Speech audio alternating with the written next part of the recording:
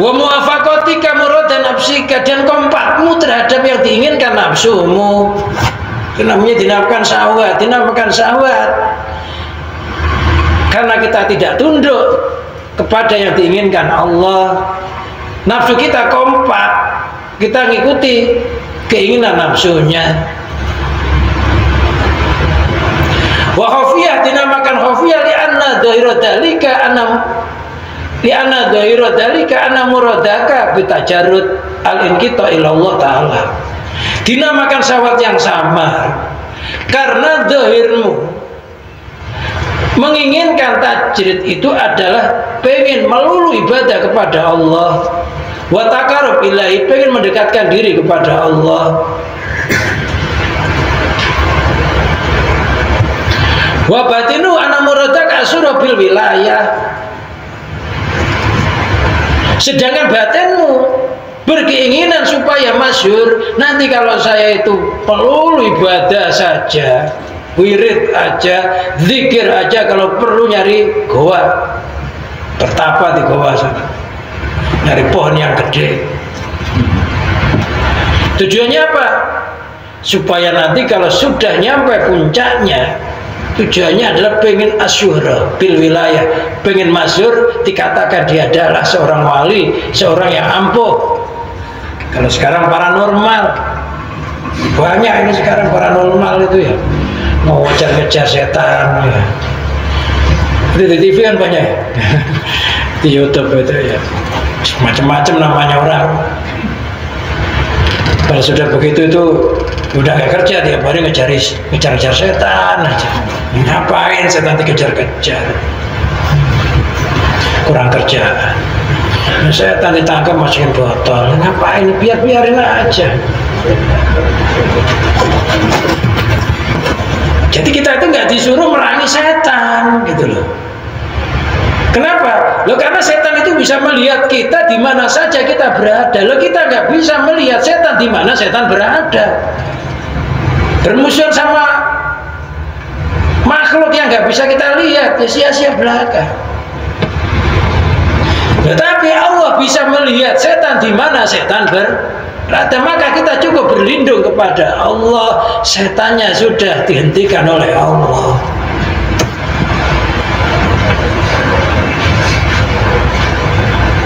Ada orang yang sok keilmuan itu, dikit-dikit ada pohon jurus, pohonnya biar setannya kelepok-kelepok.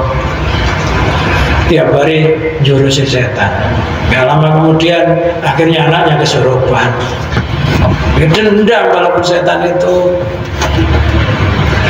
Buang setan itu, kalau nggak dapat tugas dari gurunya berbahaya. Nah, kalau saya disuruh doain setannya biar hilang, kalau setan nggak terima, saya disuruh guru saya nggak terima, ikut guru saya aja, jangan saya.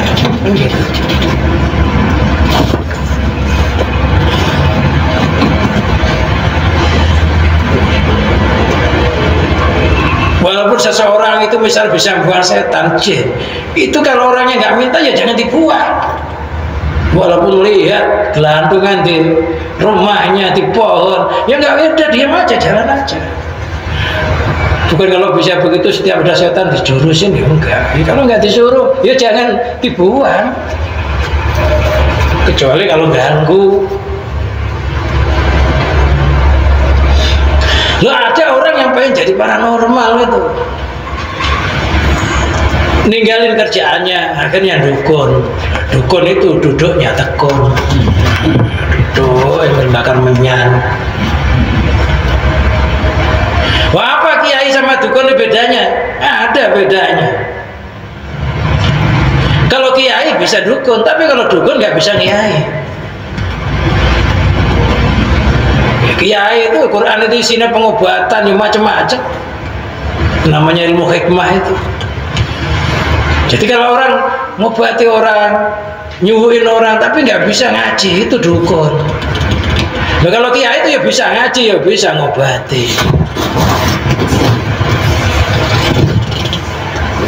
Beda dukun sama kiai. Kalau kiai ya bisa dukun, kalau dukun nggak bisa kiai. Suruh ngaji itu nggak bisa. Paling macam muridnya sana di pinggir kali Ciliwung sana. Itu di pantai saya itu buat ritual, akhirnya airnya marah, tenggelam semua. Ngapain ritual di pantai?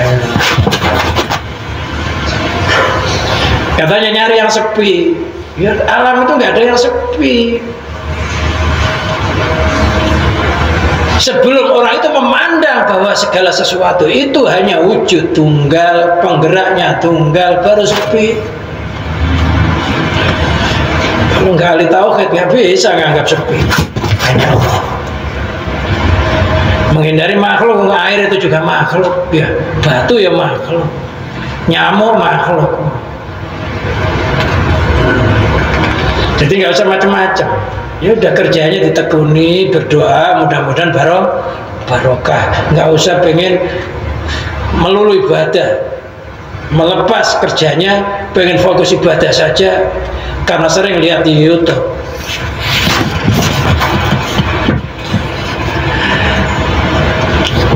Lihat sidakan nas bil i'tiqad. Tujuannya adalah dalam hatinya nanti kalau saya jadi orang ampuh, deng samiladeng, orang-orang sama tunduk sama saya, sama nyium tangan saya, patuh sama takut sama saya. Pokoknya pengen gaya wali lah. Wali itu lihatnya dia di TV, film, Sunan Kalijogo bawa tongkat, ya dia beli tongkat biar tambah serem. Pakai baju gini nggak mau, makanya pakai belangkon.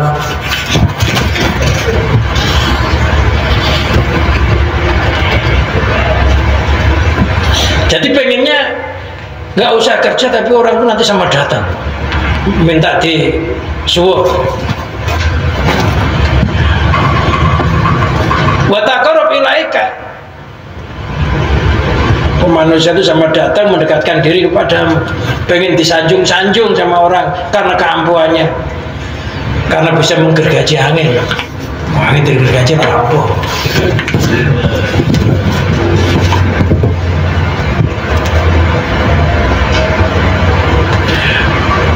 Fatatawa amma anta bisadidi, akhirnya putuslah dari apa yang ada dengan apa amma anta bisadidi, akhirnya terputuslah dari apa yang menjadi lawan katanya. Yang tadinya kamu kerja, hatinya nggak pengen dikasih orang, gara-gara nggak punya kerja, gara-gara nggak kerja, akhirnya pengen dikasih orang. Tadinya dengan punya kerja nggak pengen dimuliakan orang, akhirnya gara-gara bertapa tadi pengen dimuliakan orang, malah bikin gelar, banyak gelarnya.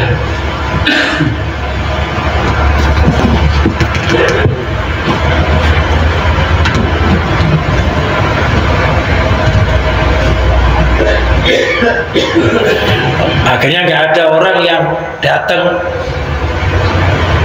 bikin brosur disebar-sebarin. Sakit apa nggak sembuh uang kembali, nggak sembuh beneran nggak kembali. Nggak ada tuh, sering ada brosur-brosur itu ya. Sebarkan. Yang disebar itu memang nggak laku. Kalau laku nggak usah disebarin. Nggak usah maksa number juga orang datang kalau memang Allah yang menggerakkan. Walaupun disebari brosur orang malah takut, jangan-jangan penipuan ini, kan malah gitu ya.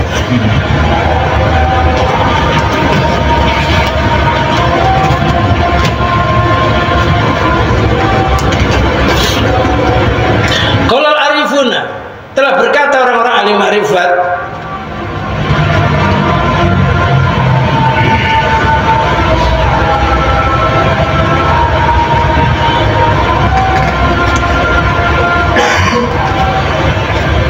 iqbalun nasi alal muridi qabla kamali sumun qatilun.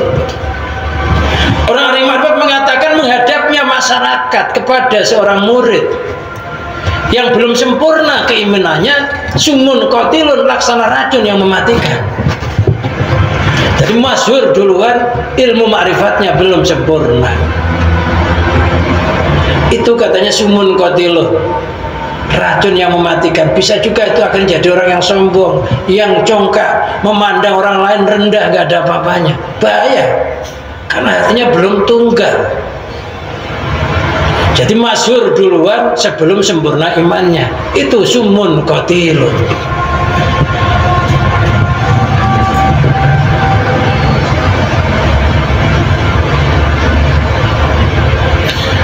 Jadi kasih keampuan oleh Allah, keimanannya belum sempurna.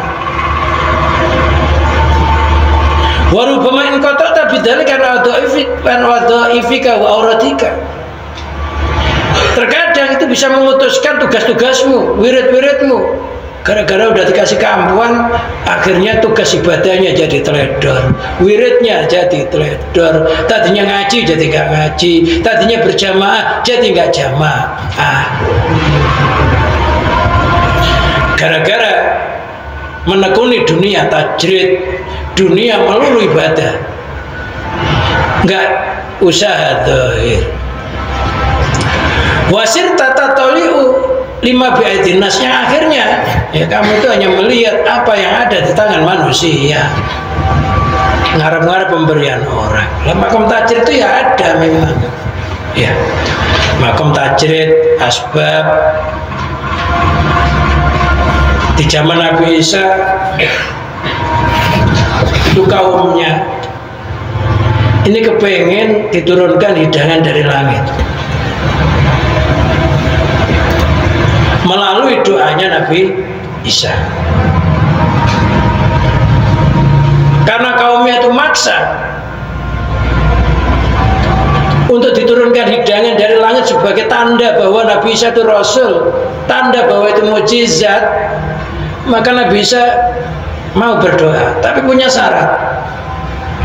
Dengan syarat kalau makanan itu turun dari langit benar, nggak boleh ada orang yang sampai bawa pulang. Makan di situ sepuasnya, nggak boleh bawa pulang. Akhirnya Nabi Isa berdoa, Rabbana anzil alaina ma'idatan minas samai takunu lana idali awalina wa akhirina wa anta khairur raziqin. Farzukna wa anta khairur raziqin. Rabbana anzil alaina ma'idatan minas samai, ya Allah turunkanlah hidangan dari langit. Takunu lana idali awalina wa akhirina, yang menjadikan lebaran atau pesta untuk orang awal dan akhir kami. Warzukna wa anta khairur raziqin, berikan rezeki terhadap kami, engkau adalah zat yang maha memberi rezeki. Akhirnya turun hidangan, itu doa. Ternyata dengan doa rezeki itu bisa diturunkan. Pernah terjadi di dalam masa Nabi Isa alaihissalam. Ketika hidangan dari langit itu turun, namanya manusia punya sifat serakah. Sudah dikasih tahu jangan sampai ada yang bawa pulang. Akhirnya dalam hatinya manusia dibisikin, nanti kalau kamu nggak bawa pulang, kalau habis kesini lagi nggak ada. Sifat serakah mulai muncul. Akhirnya ya satu persatu ngambil, nggak pulang. Akhirnya mereka dikutuk oleh Allah. Gara-gara apa? Gara-gara nggak bisa bersyukur terhadap nikmatnya Allah. Seandainya mereka itu nggak bawa pulang, maka rezeki itu akan terus ada sampai yaumul kiamat. Ada rezekinya orang yang melulu ibadah aja, tapi rezekinya dikirimkan oleh Allah. Siapa? Maryam. Ulama dakhala alayya Zakaria al-mihrab waja'in dari rizqa. Ketika Nabi Zakaria masuk ke mihrabnya Maryam, ke kamarnya Maryam, waja'in dari rizqa, di situ sudah ada rezeki, ada makanan, ada buah-buahan, bahkan masih baru. Padahal Maryam itu dimasukkan di dalam suatu kamar, diabdikan di Masjidil Aqsa, Baitul Maqdis. Itu tiap-tiap pintu mau keluar itu dijaga, dia nggak keluar. Tapi ketika Nabi Zakaria masuk, di kamarnya itu sudah ada makanan.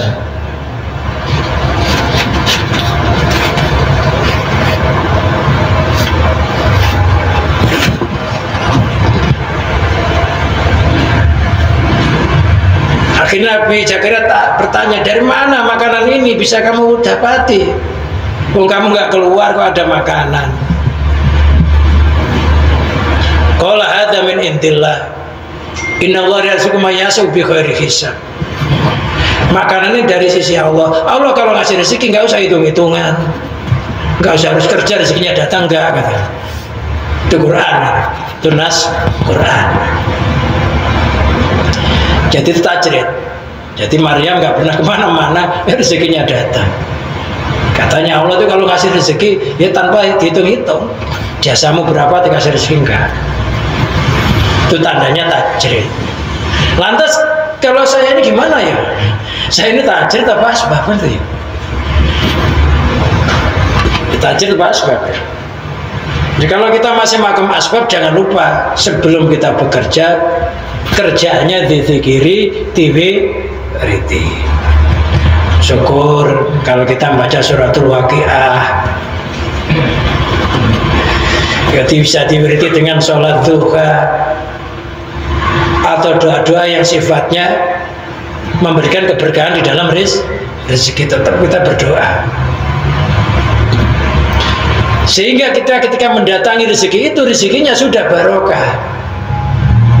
Kelihatannya kecil, dibawa pulang, cukup untuk keluarga semuanya. Kenapa? Karena ditirakati, diriyadhoi. Jadi rezeki itu perlu ditirakati, diriyadhoi biar barokah. Karena kalau dimakan anak-anak kita, biar anak-anak kita menjadi orang-orang ahli ibadah. Ya diwiriti, dizikiri. Ya kira-kira bisa apa-apa, dibacakan sholawat. Bacakan sholawat 100 kali, apa sholawat Jibril boleh, sallallahu ala Muhammad, sallallahu ala Muhammad, apa sholawat Fatih yang agak panjangan lagi. Terus baca sholawat 100 kali, ya Allah, dengan asrarnya sholawat, dengan rohaniyahnya sholat yang saya baca, ya Allah, jadikanlah rezeki saya rezeki yang barokah. Barokah untuk diri saya, barokah untuk keturunan saya. Tiap hari didoain rezeki itu. Harus ditirakati.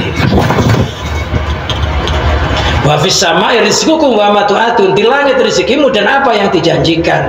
Di langit rezekimu. Kita jemput rezeki kita melalui rezeki roh. Baru rezeki yang di bumi diambil. Katanya di langit rezekimu dan apa yang dijanjikan. Maksudnya sebelum kita menjemput rezeki yang di bumi itu, ditirakati, diriyadhoi, didoakan. Itu kan banyak itu doa-doa yang menjadikan barokahnya rezeki. Ya, apa sholat duha, apa sholat sunnah isyraq. Ya, sholat sunnah isyraq itu kita, kalau matahari itu terbitnya jam 6, ya kita ambil kira-kira seberapa atau 10 menit baru kita sholat. Kalau matahari terbitnya itu jam 6 kurang 10, kita tunggu jam 6. Itu kan ada kalender yang isyraq. Isyraq itu berarti terbit matahari. Nah itu nanti kita lewati. Kalau pas terbit matahari haram kita sholat. Kira-kira matahari meninggi setombak, itu kita baru sholat, namanya sholat sunnah isyraq. Itu orang yang sholat sunnah isyraq itu insya Allah rezekinya dijadikan barokah. Masuknya sholat isyraq itu awalnya masuknya waktu sholat duha. Jadi ya pokoknya ditirakati ya diriyadhoi. Kata Gus Dur gitu ya, ditirakati diriyadhoi, zikir lan suluk ojo nganti lali. Ya anak itu ya ditirakati, istri ya ditirakati. Kalau enggak ya, kalau sudah ditirakati kok nggak sesuai dengan harapan kita, itu Allah yang ngurusi. Biar Nabi siapa? Nabi Nuh itu mendoakan anaknya. Anaknya didoakan ternyata malah apa? Ngikut orang-orang kafir. Itu bukan kesalahan Nabi Nuh, karena sudah mendoakan. Wallahu a'lam bishawab. Jadi yang rezekinya asbab jangan lupa tetap diwiriti. Ya terserah, apa Fatihah 7 kali. Terus Fatihah kita, ya Allah, dengan barokahnya Fatihah, dengan asrarnya Fatihah, jadikanlah usaha saya menjadi lancar. Itulah. Marilah kita berdoa. Allahumma shalli wa sallim wa barik ala sayyidina Muhammad sayyidil awwalin wal akhirin dan sadatina sahbi sayyidina rasul ajmain.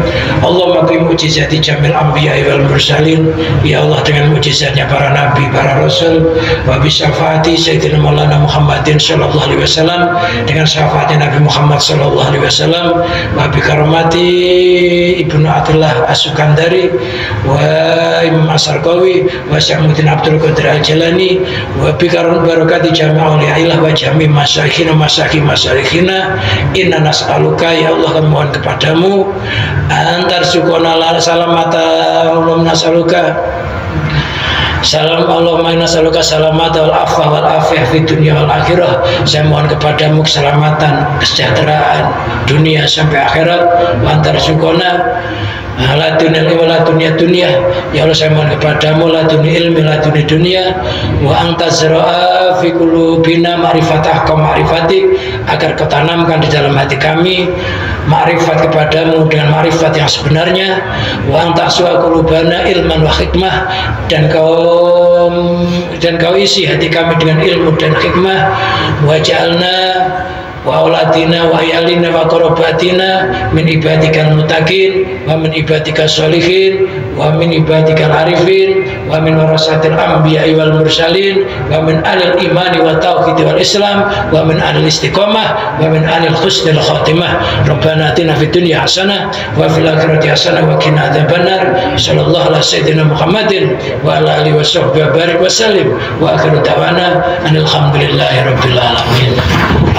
Wassalamualaikum warahmatullahi wabarakatuh.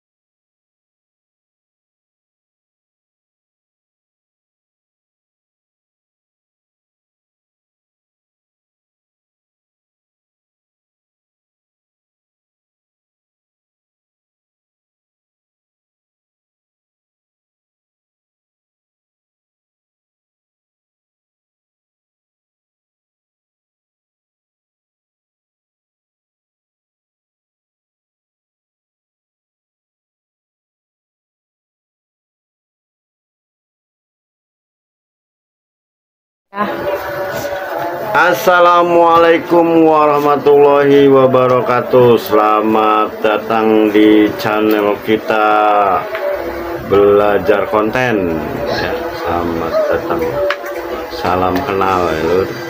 Jangan lupa Lur, like, subscribe, share, komen, kasih motivasi dan support ya. Komen tentunya untuk membangun channel ini agar tetap berkembang ya Lur. Terima kasih. Wassalamualaikum warahmatullahi wabarakatuh.